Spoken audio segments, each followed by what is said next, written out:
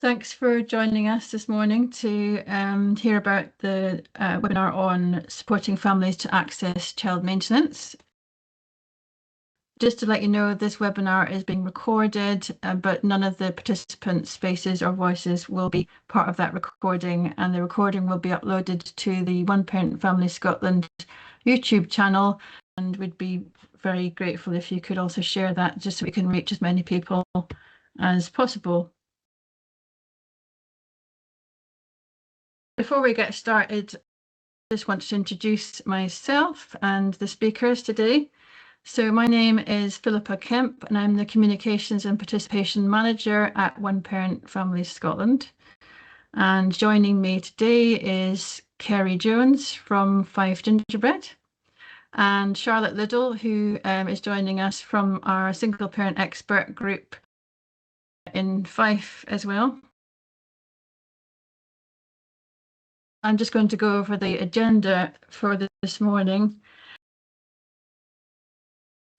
Starting off, I'll be just giving you an overview of what the Transforming Child Maintenance Partnership is, of which this webinar is a part, and then I will pass on to Kerry and Charlotte to go over what has been happening in Fife in terms of their child maintenance project, the types of child maintenance systems that operate, casework and training, and they're going to give you a bit of a preview of an upcoming online toolkit, which is set to be released next month. And then I'll just speak about the campaign that we're running at the moment to reform the child maintenance system.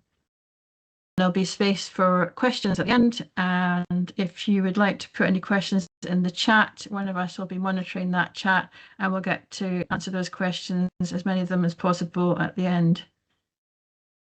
So to start off with, then, Child Maintenance Partnership Project is a partnership between One Parent Family Scotland, Fife Gingerbread, and IPPR Scotland.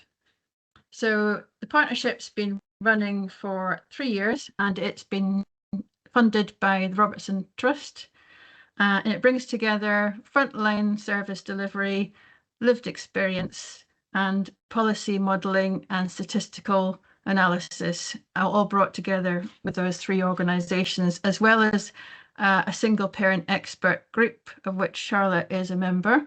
And so over the past 3 years, we've worked with parents, we've worked with practitioners, we've worked with policymakers to understand exactly what is going wrong with the child maintenance service, because we know that it's not fit for purpose, and what we could actually do to make it better and hopefully fix it.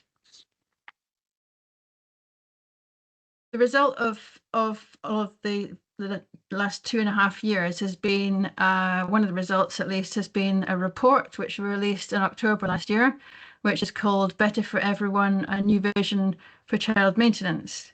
And I've just put the QR code up there so that you can scan that and read the report. There's a summary version of the report, which is just a few pages long, and there's a longer version which goes into a lot of detail. The report sets out what the key issues are with the child maintenance system in the UK, as well as setting out a roadmap to how things could be improved. So there's a set of 14 recommendations altogether, and these recommendations are aimed at both the UK government, because it's a reserved matter, a child maintenance service, and the Scottish government. Broadly, the recommendations fall into 4 areas. One area is, what can we do to transform the child maintenance service itself? And that includes things like removing fees, but also replacing what is called collect and pay and direct pay, which Kerry will go into a bit more in the webinar. The second kind of area of reform that we're asking for is improving support around the child maintenance. So this is what Kerry's kind of focusing on in the webinar today. What can we do to help parents and practitioners who need to navigate a system that is very difficult to navigate? And that includes things like training. The other area of reform we're asking for them to look at is to update the calculation formula. So currently the formula that is used to calculate how much a paying parent should pay is out of date and we've discovered not fair. And finally, our recommendation is to make sure that the social security system works better for all separated families, because we recognise that child maintenance alone is not the only anti-poverty tool, and we have to rely on other systems to work in conjunction with child maintenance. So I'm going to hand over now to Kerry and Charlotte, and they're going to tell you a little bit more about what they've been up to in Fife in terms of supporting practitioners and parents to navigate the child maintenance service. Thanks, Philippa, and thank you for everybody joining us. So I'm going to talk more about what we were doing in Fife as part of the test and demonstration for the Transforming Child Maintenance project. Fife Gingerbread were given two kind of outcomes when we joined the TCM project. And one was to develop and test on the status quo new approaches to child maintenance, so helping families navigate the system. And the second one was to try and build practitioner capacity to start talking and embedding child maintenance. And it's not really something that's done before. There's not really a lot of deep diving into the support mechanisms for parents. So we kind of just started with not much knowledge and hoping to gain a lot more going on. So let's take it back a little bit as to how did we know that more needed done? Like, how do we know that reform needed to happen? Like, there's lots of research papers about child maintenance, but let's have a look at that. So £756.6 million. That is how much unpaid child maintenance there is in the UK as of September 25. That doesn't include £3.7 billion of child maintenance that was wrote off in 2018. A lot of that was historic CSA, Child Support Agency debt, but it did include a portion of the new child maintenance service debt as well. £27.1 million. In the quarter ending September 25, there was £27.1 million unpaid that for 160,000 children in the UK. Now, if we bring that a little bit more to home into Scotland, that is 11,305 children in Scotland that were not receiving their child maintenance in the quarter up to September 25. If we put that in context financially for children, that was £4.312 million in just in that quarter that wasn't paid to children. Breaking that down, roughly about £626 per arrangement for a child. So in 3 months, £626 per arrangement. If we think of that in the wider context of what we're trying to achieve in Scotland, 1 in 4 children live in poverty, and we have targets by 2030. We're not there. We're not hitting our goals where we should be at this point. Now, we're not saying that child maintenance is the be-all and end-all of tackling child poverty, but it can be a lever, because if child maintenance was paid to every child that was owed it, 20,000 children would be lifted out of poverty in Scotland. And I think we need to really think about that going forward.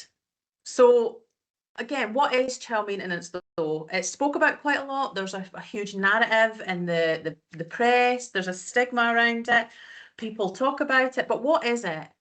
So child maintenance is regular, reliable financial support that helps towards a child's everyday living costs. Now, that's the DWP definition of child maintenance. Basically, it's financial support paid after parents separate by the parent who doesn't have primary care. It's all governed by the Child Support Act 1991.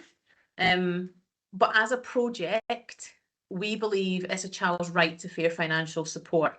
So when you think about the incorporation of the UNCRC into Scottish law, Article 27, a child has a right to an adequate standard of living. So if we tie that into child maintenance as help towards a child's everyday living costs, those things are interconnected, and it's us as adults and governments that have to uphold a child's right.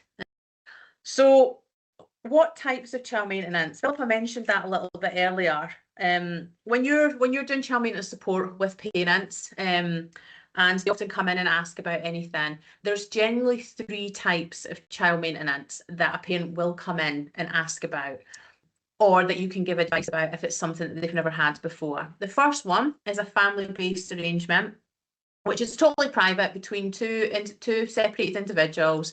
There's no statutory services involved, and the parents just make an agreement based on discussions and what they feel should be paid.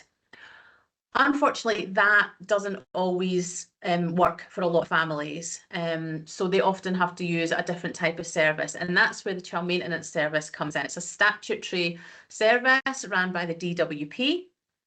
And through the child maintenance service, there's 2 main types of child maintenance. The first one is direct pay, where the child maintenance service will do the calculation. You apply for it, they'll do the calculation. They will let both parents know what should be paid and when it should be paid. And each parent can look on a portal online to see how it's progressing, do any changes, and there's no fees involved in direct pay. The paying parent pays the receiving parent directly through bank accounts as well.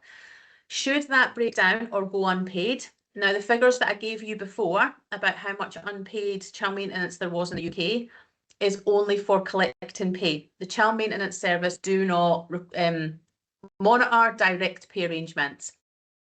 So if a direct pay arrangement breaks down, because there's an online portal, a parent can ask for collecting pay. Now, there are fees for this service. So this service is where the child maintenance service will calculate the amount. The paying parent will pay the child maintenance service, and the child maintenance service will pay it back out.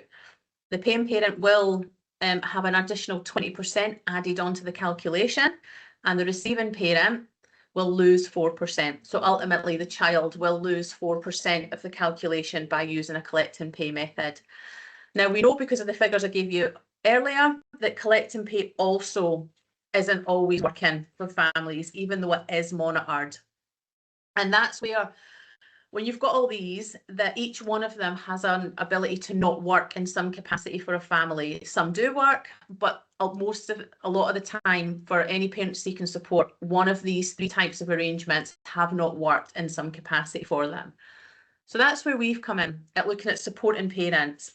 What type of support do they need?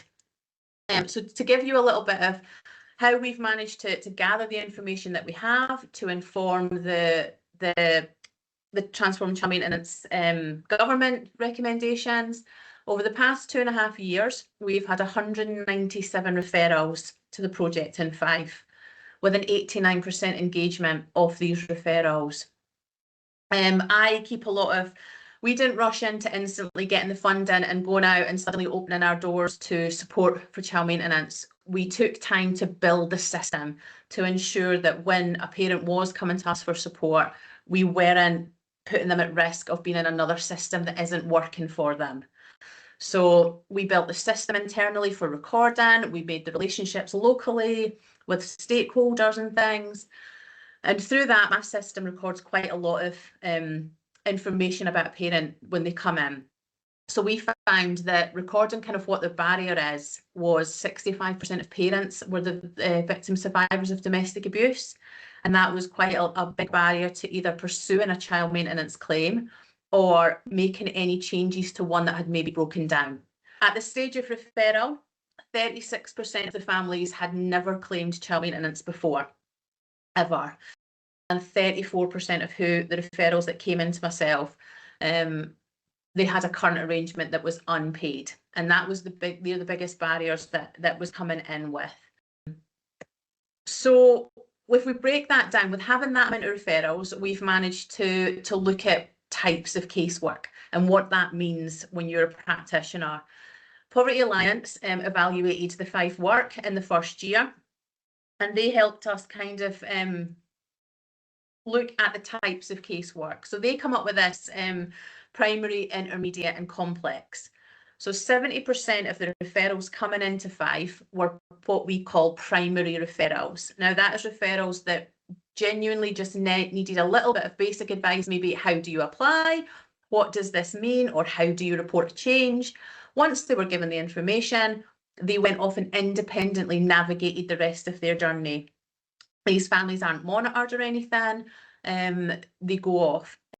18% were intermediate, where they came for a little bit of advice, but I might need you to follow up with that. So if maybe there's a report of change, I would follow up of, has the change been successful?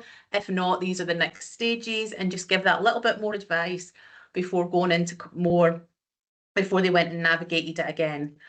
But for 12% of the referrals that I get, it's complex casework. Now, by that, I mean things like there is significant domestic abuse, like previous, or there could be post-separation abuse. There's significant arrears that's not been enforced, and they need support to enforce them, to get them enforced, sorry, or there's maybe escalation to first-tier tribunal. Now, in Scotland, there isn't any legal representatives that will take on a child maintenance case in courts. A tribunal is similar to a social security tribunal, although a little bit different. So people were getting to a certain level and not going any further with that. So it was for that I was offering support. So I don't represent a tribunal, but I will help someone go to tribunal and be with them on wellbeing support. So by giving this types of support and really breaking it down, we've had £119,000 financial gain for 89 children in 45 households. Now that is 45 households that agreed to be monitored for 12 months. Bearing in mind, 70% of my referrals I don't know what happens with. These are only the ones that I do additional work with, and then I follow their journey. So these 45 households that are monitored, only 15% of them had child maintenance in place prior to having support with the project. And after those that have reached a year of monitoring, 82% have now sustained regular, reliable financial support for their children. And that's what could happen if you provide really good support at a localised level. When the project kind of got started, we spoke to a lot of key stakeholders, services that deliver frontline income maximisation and financial inclusion advice. And a lot of the continuous feedback about child maintenance was practitioners were unsure of the system. They lacked a little bit of knowledge of the system. They felt it was too complex and they were worried about giving the wrong advice. But also there's a lot of stigma attached to child maintenance out there. Lots of people have had their own journeys with child maintenance and the information that they've heard that way. So there was a lot of barriers to practitioners starting these conversations. So we developed child maintenance confident conversations training. So basically, it's a 2-hour in-person session that covers the basics of child maintenance. So kind of what it is, how to apply, and basic information. A little bit about child's rights in child maintenance and how they interconnect. And then how to frame the conversations when a parent has a barrier to moving forward with child maintenance. It's how to frame that in a way that's not like how media and things like that frame it now. That it's centered around the child and around the what that means for the child going forward. We've now delivered that training to over 360 practitioners over Scotland, over 34 organisations in Scotland, and we hope to continue doing that going forward. It is developed online as well, so it can be delivered online for more remote areas or smaller teams. And if you can, like Philippa, there'll be an address at the end and stuff like that you can contact for more information on how to access this training. Feedback from the practitioners of an income maximisation practitioner that was on the training and stuff. It's generally been very positive. There's been an increase, an 86% increase in confidence when discussing child maintenance post-training. Only 17% of practitioners, I do post in pre and post feedback forms, only 12% of practitioners felt confident talking about child maintenance. That was 86% felt confident discussing after the training. Also, so we spoke about earlier 70% of parents requiring primary advice. Now, when we delved into that, they found the current information available on child maintenance was either inaccessible. So if you Google child maintenance, you'll come up with about 30 links of answers to that one question, but which one is the right one? Which one gives the information that's correct? Nobody knows. It was confusing. So a lot of the language used was quite full of jargon and non-understandable, and it didn't relate to their family's needs. So it was just, this is it, this is the legislation, this is what happens. And that's really hard to put into, how does that relate to me and my family? What does that process mean for me? The practitioners identified that when it did come up in maybe an income maximisation conversation, they also didn't know reliable information sources to signpoint a parent to.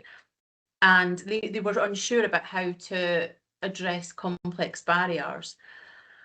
So we had to think about that, and for systems change, we decided to make some changes. So I created a 6-month working group, and they also didn't know reliable information sources to signpoint a parent to. And they were unsure about how to address complex barriers. So we had to think about that, and for systems change, we decided to make some changes. So I created a 6-month working group. We came together to identify some common primary questions that are asked at primary level, because complex support will always need that kind of more one-to-one. It's very difficult to write that down in an information resource, the complex support. So what primary level was being asked? We identified all the gaps between the agencies, and we co-developed an online information platform. But what I'm going to do is I'm going to let Charlotte tell you about that online toolkit. Lucky for Kerry, she can take a break and get a sip of water, so you've got me for the next couple of minutes. So I originally started on the single parent expert group, and then when Kerry introduced the working group, I jumped straight onto that, because one of the biggest things for me was that the toolkit wasn't just created for parents, but created with parents, both paying and receiving. And once I joined the working group, we quite quickly found out that both the paying and the receiving parent faced the same issues when it came to child maintenance. There was a lack of communication. You needed a degree to understand the letters. And both of us could narrate a really negative scenario when it came to child maintenance, but none of us had a positive story to share. We developed this working group alongside Scottish Women's Aid, the DWP, Citizens Advice and OPFS. And I wasn't treated any differently just because I was a parent rather than an organisation. We actually could say that my input carried the same weight, if not more, when it came to discussing our issues. And it is the strangest feeling being the least educated but the most knowledgeable at the same time. Historically, the child maintenance service's idea was to push people into family-based arrangements, which in turn has created a stigma around child maintenance, on the idea that it must be bad if you're involved with that, or there's something wrong. So nowhere in this toolkit will it tell you what's best for your family, as it's not there to sway any decisions or push an outcome. It's just there to give clear, balanced information so families can decide what's right for them.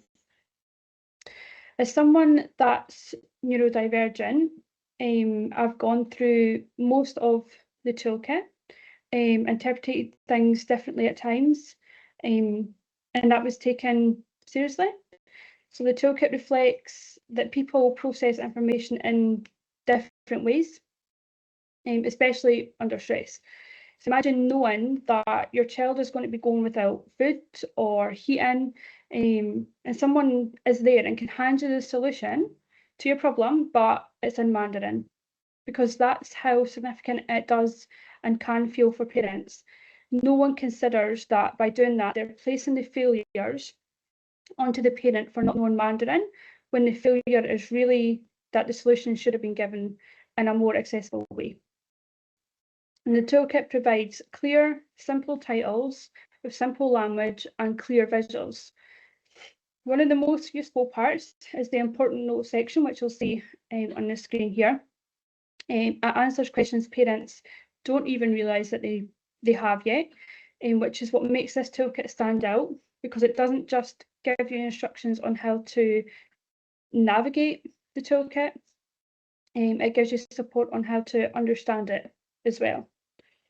And you might wonder why I've just spent the last couple of minutes telling you why this benefits parents and not practitioners. And that's because you are our biggest voice. It's you that's going to be doing all the hard work and convincing the parents that this toolkit is worth looking at. And if I can't convince you that it's good for your clients, then there's no chance that you're going to be recommending it. But I will leave you with something. This toolkit gives you guys as practitioners the permission to be honest with your clients. You don't need to have every answer. You don't have to be nervous. You can confidently say, I don't know, but I'll find out. And you'll actually have a platform that you can trust to receive accurate information from. So it's much better to receive a confident, I don't know, than an uncertain yes. And I'll pass you back over to Kerry. Thank you.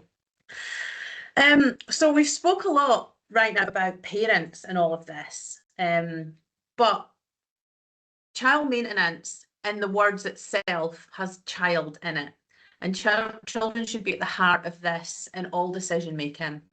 So how did we include children, young people in the project and the test and learn? So last year in 2025, it become over the kind of course of gathering information from the lived expert panel and the parents that I was working with. Some of the parents would discuss that child maintenance was being discussed in front of the children, but sometimes in a negative way, without explanation of what it really meant. Now, also, some often little known fact is a young person in Scotland, 12 years and over, can make their own claim for child maintenance. Yet the information that exists within the UK is all for adults and parents. There was no current information for a child or young person about what child maintenance is in a way that they understood it. So I worked together with a group of young people from Fife Young Carers to design a resource, an information resource for young people. It was designed by them, for them.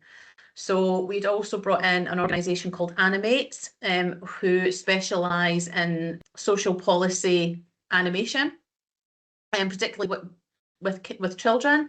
And together, the young people, Martin from Animate and myself, we worked together to produce a young person's leaflet. Now, they were very adamant that most of them wouldn't have picked up a leaflet anyway.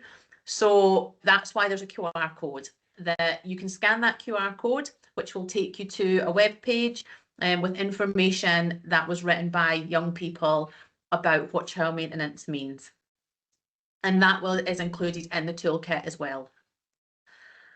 So this toolkit, as Philippa said, will be launching in the next few weeks. And for anybody that's been on these in the webinar or has maybe engaged with myself previously, will be sent links when the toolkit is launched. But please keep up the lookout for it. It will be well advertised.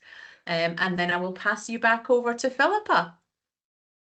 Thanks, Kerry and Charlotte. So before I move on to questions, I just want to say something about what you can do to help us. As I said before, this partnership brings together Fife Gingerbread, OPFS and IPPR Scotland, and a group of single parent experts by experience, of which Charlotte is one. And we've been meeting with MSPs at Scottish Parliament. We've met with DWP. We're going to be going down to Westminster with a group of parents next month to discuss recommendations in our report, Better for Everyone, a New Vision for Child Maintenance.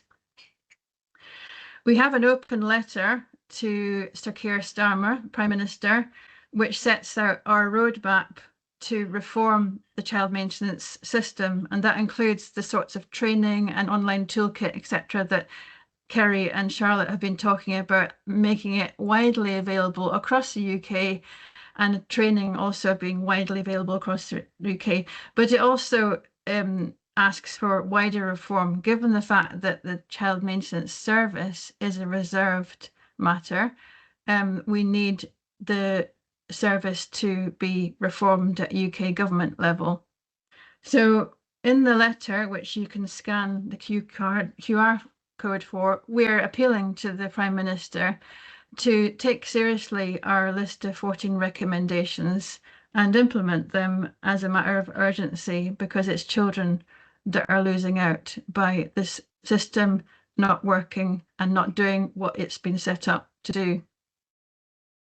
We've got 762 signatures, I checked this morning, for the letter, and our target is 1,500 signatures.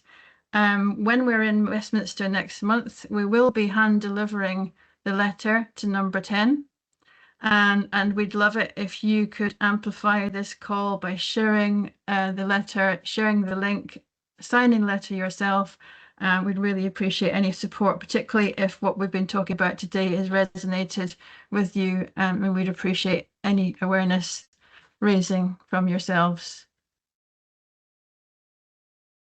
So whilst we have a look at the chat to see if you've got any questions, we'd really appreciate you taking some time to take part in our evaluation. I know Charlotte had a couple of words to say about this, so I'll just hand her over to her quickly. Hi, so I know not everyone is a fan of evaluations, and I know it's really important for data and statistics. A lot of the information you got today from Kerry wouldn't have been available to share had she not done evaluation. But for me, you might not know, but this is my first webinar. So while it's for data and statistics for everyone else, and the other presenters here are webinar experts, I am not. So it would be really beneficial personally for me for any feedback that is given on the evaluation, so I can continue to be part of webinars and share the experience that I've gained, and that hopefully others will gain through these. Or we'll monitor the chat while you do the evaluation, which will take literally only about 30 seconds to a minute max.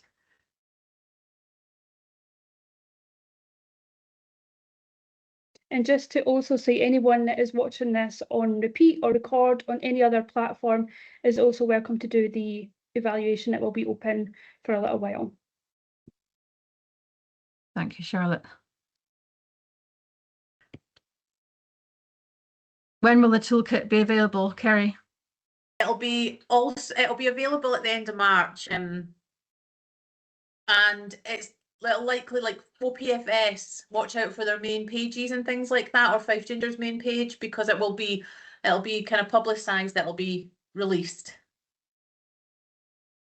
Final slide you'll see on your screen is how to keep in touch. So we have monthly newsletters that come out from OPFS that will include anything to do with the release of the toolkit and any other campaign updates to do with our trip to Westminster and how many signatures we've got, etc. But I've also put a QR code underneath that for the Fife Gingerbread update page. So they have a specific page on the Fife Gingerbread website, which is all about their child maintenance project. So it's well worth signing up to our newsletter and visiting the Fife Gingerbread page. And like Carrie said, we will be posting regular updates on our Facebook page, LinkedIn, Instagram as well. And if you have any kind of follow-up questions, by all means, fire away an email to policy@opfs.org.uk. So all that remains to say is thank you for joining us today, and thank you especially to our speakers, Kerry and Charlotte,